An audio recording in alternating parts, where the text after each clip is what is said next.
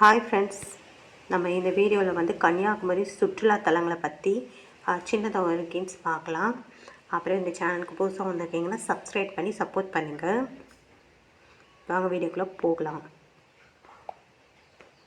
விவேகானந்தர் பாறையை பற்றி பார்ப்போம்.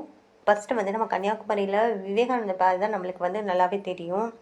கன்னியாகுமரியில் விவேந்திர பாறை பற்றி சொல்லுவோம். ஒரு சில இன்டெக்ஸ் இது ஒரு முக்கியமான நினைவு சின்னங்களில் ஒன்றாகும். இவை கடற்கரையிலிருந்து 100 மீட்டர் வரை தொலைவில் அமைந்துள்ளது மற்றும் கன்னியாகுமரியில் முக்கிய சுற்றுலா தலமாக ஒன்றாக உள்ளது. விவேகானந்தர் பாறை வந்து கன்னியாகுமரியில் ஒரு முக்கியமான சுற்றுலாத்தலம்.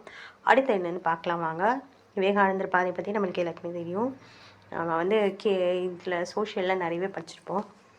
அடுத்து வாங்க என்னதுன்னு பார்க்கலாம். அடுத்து என்ன இடம்னு பார்த்தீங்கன்னா சுசீந்திர கோயில். சுசீந்திர கோயில் கன்னியாகுமரி நகரத்தில் 11 கிலோமீட்டர் தொலைவில் அமைந்துள்ளது. இங்கு உள்ள கோயில்களில் தனித்துவமான திராவிட பாணியில் கட்டப்பட்டுள்ளன.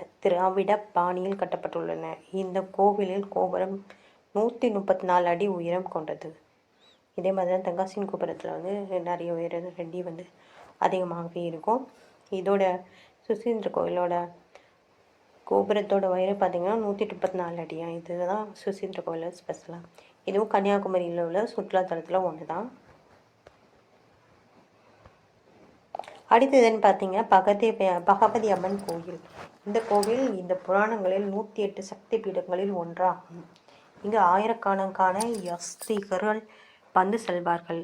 இந்த கோவிலில் கட்டிடக்கலையும் தனித்துவமானது. பகவதி அம்மன் கோவிலும் நம்ம வந்து கன்னியாகுமரியில் வந்து பார்க்க வேண்டிய ஒரு ஸ்பெஷலான இடம் தான். இதுவும் ஒரு கோயில் தான்.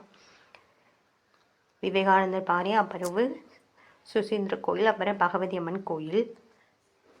அடுத்து என்னங்கிறத பார்க்கலாம் இந்த வீடியோவில். அப்புறம் இந்த சேனலுக்கு புதுசாக வந்திருக்கீங்க சப்ஸ்கிரைப் பண்ணி சப்போர்ட் பண்ணுங்கள். அடுத்து என்னென்னு பார்த்தீங்கன்னா லேடி ராம்சம் சர்ச். இது வந்து இவை குமரிமுட்டம் என்ற இடத்தில் கண்டறியப்பட்ட கல்லறைகள். பல நூற்றாண்டுகளாக கத்தோலியர்கள் அங்கு வாழ்ந்து வருவதற்கான ஆதாரங்களை கொண்டுள்ளது. இந்த ராம்சன் சர்ச்சில் பார்த்தீங்கன்னா குமரிமுட்டம் இடத்துல கண்டுபிடிச்சிருக்காங்களா கல்லறைகள் உள்ளன. பல நூற்றாண்டுகளாக கத்தோலியர்களால் இங்கு வாழ்ந்து வருகிறார்களாம். இந்த லேடி அம்மன் சர்ச் இதுவும் ஒரு கன்னியாகுமரியில் பார்க்க வேண்டிய. அடுத்து என்னென்னு பார்த்தீங்கன்னா பத்மநாபபுரம் அரண்மனை. பழைய கிரானைட் கோட்டை விதாங்கூர் ஆட்சியாளரால் வசிப்பிடமாக இருந்தது மற்றும் கிபி 1601 வந்து கட்டப்பட்டிருக்கு.